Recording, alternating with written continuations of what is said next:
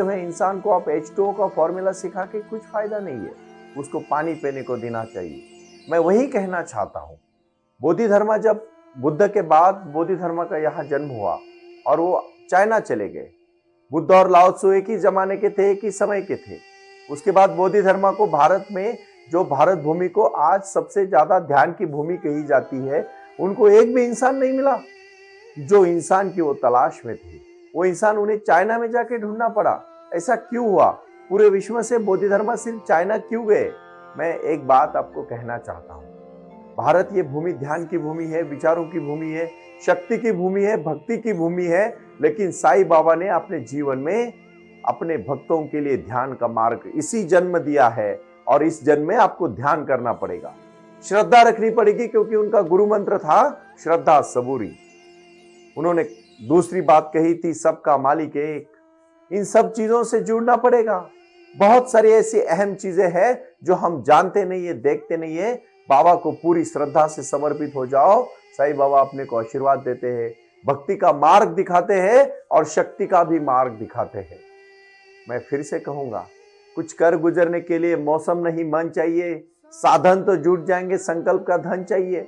हर एक धर्म के प्रति एक सजगता दी है और आप शांति से देखिएगा, हर एक मजहब में बाबा की वाणी है, क्योंकि सबका मालिक एक है और सबका मालिक एक होने के कारण ही हम सुख शांति और समाधान से जी सकते हैं। बहुत सारी कहानियां मैं कहते रहता हूं, तो मैं आज एक बहुत ही महत्वपूर्ण कहानी आप सबके साथ साझा करना चाहता हूं। बाबा ने अपने जीवन में कुछ ऐसी बातें हमें कही है जो हमारे जीवन से बहुत ही सटीक है। ध्यान और शक्ति, शिरडी के साईं बाबा के यहाँ आप जब अपना सर रखोगे और पूरे विश्वास के साथ, श्रद्धा के साथ उनको समर्पित हो जाओगे, आए हुए आपके जीवन की हर समस्या को बाबा दूर करेंगे। मैं विश्वास देना चाहता हूं आपको, साईं वाणी को प्रारंभ करो और जारी रखो। इसी गुरु मंत्र के तहत आप अपने कार्य को शुरू करो। नेगेटिविटी को बिल्कुल नजदीक भी मत आने देना, क्योंकि जो सकारात्मक सोचते हैं वही पहुंच जाते हैं। नेपोलियन बोनापार्ट की जीवन की एक कहानी है। जब वो अल्फाज पर्वत के पास जा रहा था और सब सैनिक थके थे, क्योंकि उसको पूरा विश्व जीतना था। आप तो जानते हैं, जीतने की मनीषा भी बहुत बड़ी चीज होती है, आकांक्षा बहुत बड़ी चीज होती है। लेकिन सब नेपोलियन के सैनिक थक जाते और कहते हैं, नेपोलियन, हमने सुना है अल्फाज पर्वत बहुत बड़ा पर्वत है, उसको अगर हम चढ़ने जाएंगे तो हम जिंदा नहीं बच पाएंगे, हम वो यहीं से वापस चलते हैं। नेपोलियन ने दिमाग में शक्कर लगाई और कहा, आप चिंता ना करें, हम अल्फाज पर्वत के पास तक खाली जाएंगे, उसको सिर्फ देख के वापस आएंगे, आप चिंता ना करें। और सब में जोश भरा। साईं बाबा अपने जीवन में अपने भक्तों को जोश देते हैं। छोटी छोटी समस्या से, रोजमर्रा की समस्या से जो आदमी पीड़ित होता है, थोड़ी थोड़ी समस्या उसको दिखने के बाद आत्महत्या तक का वो फैसला उठाता है। और किसी के साथ, अगर चाहे स्कूल का लड़का हो, कॉलेज का लड़का हो, लड़की हो, कोई व्यापार में कभी अपयश आएगा तो आपको जान देना है, आत्महत्या करना, ये उसका कोई रास्ता नहीं हो सकता। अरे बड़ी विल पावर, बड़ी ताकत आती है आत्मा की शक्ति की, और वो आत्मा की शक्ति होती है ध्यान की शक्ति, परमात्मा की शक्ति। मैं बहुत साइंटिफिक तौर पर अभी आपको कुछ हमारे सहयोगी वीडियो दिखाएंगे, उसको आप शांति से देख लेना, क्योंकि इसके ऊपर मैंने किताब में लिखी है ध्यान योग। साई क्रिया और साई योग के माध्यम से हमें क्रांति करनी है। साई ध्यान ही हमारे जीवन का लक्ष्य है और उसको पाने के लिए प्रारंभ करो और जारी रखो का मैंने नारा लगाया है। भाई और बहनों, कोई भी समस्या आपके से बड़ी समस्या नहीं है। पहले आप है और बाद में समस्या है। समस्या को पाना आपके हाथ में है। नेपोलियन बोनापार्ट अपने सभी सैनिकों को कहता है, अभी वहां तक जाएंगे अल्फाज पर्वत के पास, और सब में जोश भर के अल्फाज पर्वत पे जब चढ़ने शुरू करते हैं, नेपोलियन कहता है, आप यही थक गए, अल्फाज को देखना नहीं है? तो उसमें से फिर जोर से वो देखते, चलो अभी नेपोलियन बोनापार्ट ने बोला है अल्फाज को चढ़ना नहीं है, सिर्फ उसके पास पहुंच के वापस निकलना है। इसी जोश में वो निकलते हैं और उस पर्वत को पार कर लेते हैं। पर्वत को पार करने के बाद थक जाते हैं और वो फिर पूछते हैं, बड़ी उनको खुशी होती है कि अभी अल्फाज तो नहीं चढ़ना है, उसको तो वापस चलना है। कोई सरदार पूछता है कि अल्फाज पर्वत तो कितना बड़ा होगा, ये पर्वत ही इतना बड़ा है। नेपोलियन हंस के उसको कहता है, अल्फाज पर्वत को तो हम कब का पीछे छोड़ गए। यही है, यही कहानी मैं इसलिए कहना चाहता हूं कि जो समस्या आपको बहुत बड़ी दिखती है रात के अंधेरे में, बिल्ली की भी परछाई देखोगे तो आपको लायन जैसी, टाइगर जैसी लगती है, क्योंकि वो परछाई होती है। समस्या कभी इतनी बड़ी नहीं होती जितनी आपका मन उसको मानता है। इसलिए मैं विश्वास देना चाहता हूं, उठो, डट के खड़े रहो, उसके साथ समस्या भाग जाएगी। लेकिन ध्यान करो। ध्यान एक ऐसी शक्ति है, मन की शक्ति है। मन को इतनी शक्ति मन को मिल जाने के बाद आप इतने मजबूत हो जाते हो कि आपको कोई समस्या छूने का भी नहीं सोच सकती। क्योंकि बोलते हैं ना, सर सलामत तो पगड़ी 50। ये बहुत छोटी छोटी बातें हैं। भगवत गीता में जो भी कहा है, अर्जुन को जो शक्ति दी है भगवान कृष्ण के शब्द में, वो शक्ति आज साईं बाबा आपको जीवन में प्रार्थना से, भक्ति से, साईं ध्यान से, साईं क्रिया से और साईं बाबा का यह आचरण अपने जीवन में लाने से करते हैं।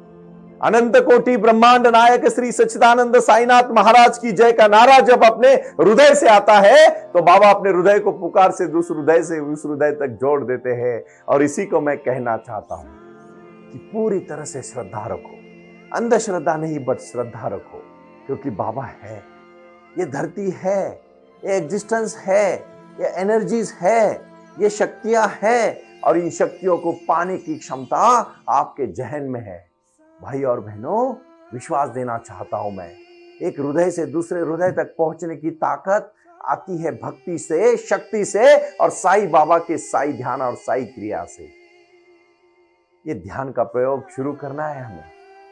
आज मेरे साथ आप एकदम रीढ़ की हड्डी सीधा करके बैठ जाए और आंख बंद करके गहरी सांस लेना शुरू करें। जब आप गहरी सांस लेते हो और सांस अपने फेफड़े में भरते हो तो पूरी ऊर्जा को महसूस करो और बाहर फेंकते समय पूरी नेगेटिविटी को बाहर फेंको। आहिस्ता आहिस्ता साईं की धुन को सुनो, साईं के भजन को सुनो, साईं की श्रद्धा को, साईं की समाधि को, साईं के स्नान को, साईं की काकड़ आरती को, साईं की भक्ति को, साईं के भजन से दिन भर अपने स्नाम स्वर में रखे हुए विचारों के साथ जोड़ो। शक्ति बहुत ताकतवान होती है, उसी को भक्ति कहते हैं और भक्ति के मार्ग से ही जीवन में एक विश्वास पैदा होता है। यही विश्वास आगे जाके आपको बहुत दूर तक लेके जाएगा।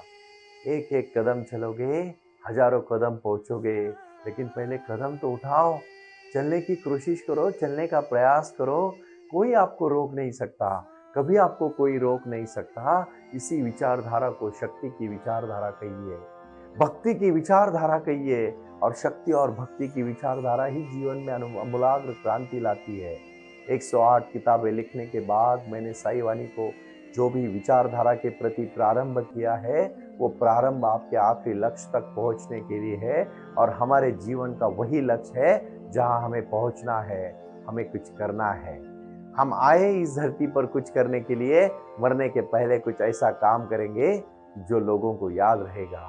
सेवा और भक्ति, अन्नदान ही श्रेष्ठ दान है। इसलिए हमने साईं खिचड़ी को प्रारंभ किया। साईं घर के लिए हमने गरीबों को घर के लिए हमने प्रयास किया। साईं वाणी ट्रस्ट ORG के माध्यम से ई-कॉमर्स और जैसे हमारे कला कुशल भाई बहन के लिए काम देने का काम किया। इसी प्रयास को लेके शिक्षा, आरोग्य और स्वास्थ्य के प्रति कटिबद्ध होकर मैंने कार्य शुरू किया है।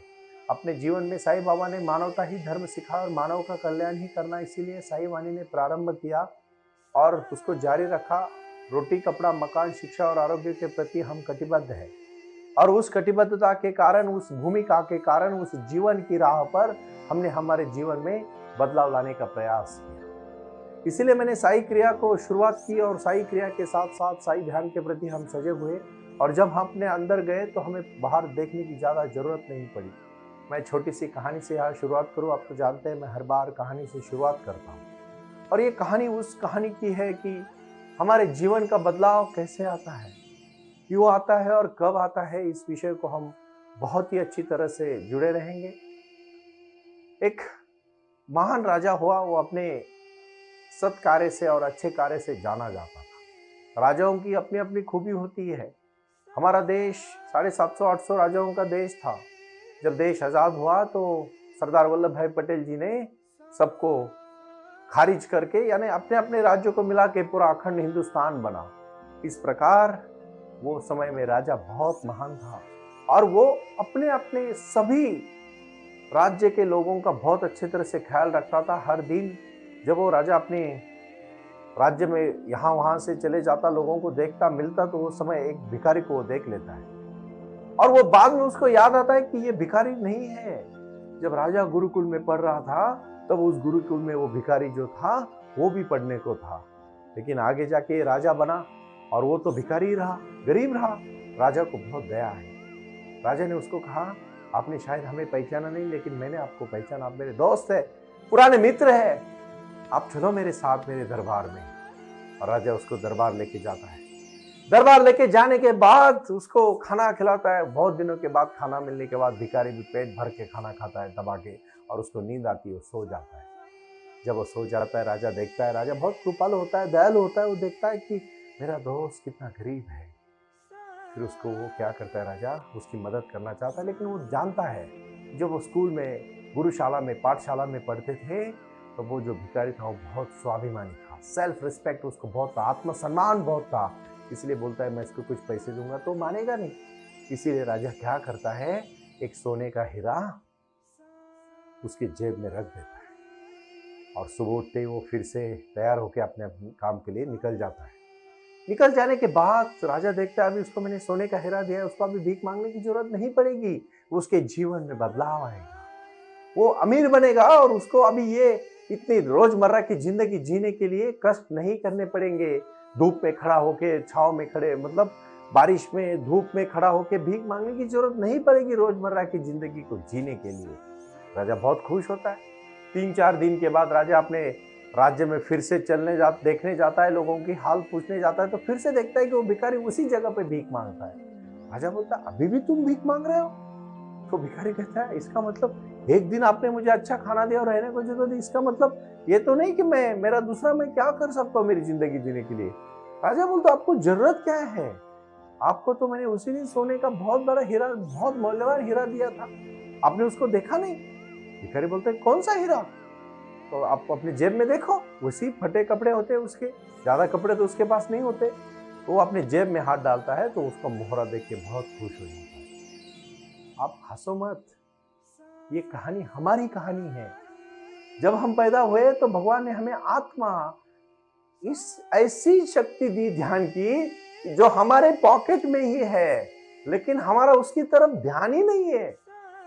अरे भाई मेडिटेशन करोगे ना तो वो सोने के हीरे जैसा है, जीवन में इतनी खुशी आएगी। भगवान कृष्ण ने अर्जुन को कहा भगवत गीता में, अर्जुन उठ और युद्ध के लिए तैयार हो जा। कुरुक्षेत्र में अर्जुन सब कुछ फेंक कर दुखी हो चुका था। मेरे मामा, मेरा चाचा, धर्म क्षेत्रे कुरुक्षेत्रे समवेता युत्स्वा मामका पांडव अक्षय किम कुर्वत संजया। ये जब कुरुक्षेत्र में युद्ध शुरू हुआ तो अर्जुन ने बोला मुझे नहीं लड़ना है। हमारे जीवन में आत्मा को जानने की, ध्यान की कला भूल के हम सिर्फ बाहर भीख मांगते हैं, दूसरों से सुख मांगते हैं, शांति मांगते हैं। मनुष्य अपने विश्वास के प्रति निर्मित होता है, जैसा वह विश्वास करता है वैसा ही वो बन जाता है। बहुत सारी किताबें आई, फिर किसी ने कहा कि एग्जिस्टेंस के ऊपर क्या होता है, किसी ने कहा एटीट्यूड के ऊपर क्या होता है, किसी ने कहा सोच के ऊपर क्या होता है। मैं एक बात कहना चाहूं, साई वाणी सुनो, साई क्रिया करो और साई ध्यान को प्रारंभ करो और जारी रखो, जीवन बदल जाएगा। कुछ करने की आपको जरूरत नहीं है। यही तो मैं बहुत विश्वास के साथ आपको दावे के साथ कहना चाहता हूं, उठो, जागो और तब तक मत रुको जब तक ध्यान नहीं होता। ध्यान करने वाली चीज नहीं है, कुछ भी नहीं करना मतलब ध्यान। और कुछ भी विचारों को नहीं रोकना है, नहीं टोकना है, नहीं दबाना है, सिर्फ सजगता से देखना है। भाई और बहनों, उठो और मेडिटेशन को शुरुआत करो। यही हमारा आज का गुरु मंत्र है। प्रणाम। ओम साई राम। प्रारंभ करो, जारी रखो। इसी विचारधारा से साई वाणी का प्रारंभ हुआ। शिरडी के साई बाबा का आशीर्वाद पाके खुद अपने जीवन में एडवोकेट डॉक्टर सुनील नाना साहेब करपेजे ने साई वाणी के इस कार्यक्रम को प्रारंभ करते हुए 21वीं सदी को सही में साई बाबा के आशीर्वाद से लोगों के जीवन में बदलाव एवं खुशियां लाने के लिए साई वाणी का प्रारंभ किया। लगातार लोग साई वाणी को सुनते आ रहे हैं। साई कृपा, जो साई ध्यान से जुड़ी हुई है, क्योंकि मेडिटेशन ही एक ऐसी शक्ति है जो जीवन में क्रांति ला सकती है, बदलाव ला सकती है और खुशियां दे सकती है। लेकिन उसके लिए प्राणायाम बहुत महत्वपूर्ण है और अपने संकल्प के प्रति अडिग रहकर उन्होंने प्राणायाम की श्रृंखला को अपनी शक्ति से जोड़ा और उसको साई क्रिया के माध्यम से साई ध्यान के प्रति वो लगातार लेके चले गए। इन सब क्षेत्रों के लिए एक ऐसा परिक्षेत्र होना चाहिए जहां लोग आए और रुके। शिरडी में साईं बाबा के समाधि के आशीर्वाद के बाद उनको ज्ञान और ध्यान दोनों की शक्ति देने का प्रयास किया जा रहा है। इसीलिए साईं बाबा की 65 फुट हिंदुस्तान की सबसे बड़ी प्रतिमा बनाकर वहां बाबा का मेडिटेशन सेंटर खोला गया है। साई आंगन इस नाम से यह जाना जाता है। देऊळगाव गाड़ा, तालुका दौंड, जिला पुणे, यहाँ साई आंगन की और बारामती क्षेत्र में साई आंगन में इसी क्षेत्र की निर्मित करते हुए उन्होंने यहाँ निजी व्यवस्था के साथ बच्चों के लिए गुरुकुल सिस्टम का इंग्लिश माध्यम का स्कूल, जहाँ बच्चे पढ़े और जहाँ बच्चे गुरुकुल में रहकर गुरुकुल के माध्यम से गुरुर ब्रह्मा गुरुर विष्णु गुरुर देवो महेश्वरा गुरु साक्षात परब्रह्म तस्मै श्री गुरुवे नमः इसका ज्ञान ले पाए। इसी के लिए इसे पूरी तरह से सीबीएसई एवं गुरुकुल के माध्यम से बच्चों को एक सुजान एवं भारत का एक ज्ञानी और अच्छा नागरिक बनाने के लिए वे ये कर रहे हैं। उसी के साथ हेल्थ इज वेल्थ कहते हैं कि शरीर ही सबसे महत्वपूर्ण संपदा है और उस संपदा को आयुर्वेदा के माध्यम से लोगों को जोड़ना चाहिए। इसीलिए उन्होंने यहाँ साई वाणी आयुर्वेदा हॉस्पिटल की भी निर्मित की है और उस कार्य के लिए वो पूरी तरह जुड़ चुके हैं। पूरे विश्व से लोग साई क्रिया और साई ध्यान के माध्यम से जुड़ रहे हैं और इसीलिए उन्होंने साई वाणी trust.org इस ई कॉमर्स की भी स्थापना की है। इस ई कॉमर्स के माध्यम से हजारों करोड़ों भाई बहन को उन्होंने व्यापार करने के लिए प्लेटफॉर्म दिया। उनकी कला, उनकी क्षमता, उनका ज्ञान लोगों तक पहुंचाने के लिए साई वाणी trust.org बहुत बड़े लेवल पर महत्वपूर्ण प्रयास कर रहा है। इसीलिए यहाँ आए। ये बाबा की नगरी है। यहाँ बाबा का विज्ञान, बाबा का आशीर्वाद एडवोकेट डॉक्टर सुनील नाना साहब करपे जी के साथ लोगों तक पहुंच रहा है। हमसे जुड़े रहने के लिए आज ही साई वाणी के ऑफिशियल यूट्यूब चैनल को सब्सक्राइब करें या अधिक जानकारी के लिए संपर्क करें 9604050607। ओम साई राम। प्रारंभ करो, जारी रखो।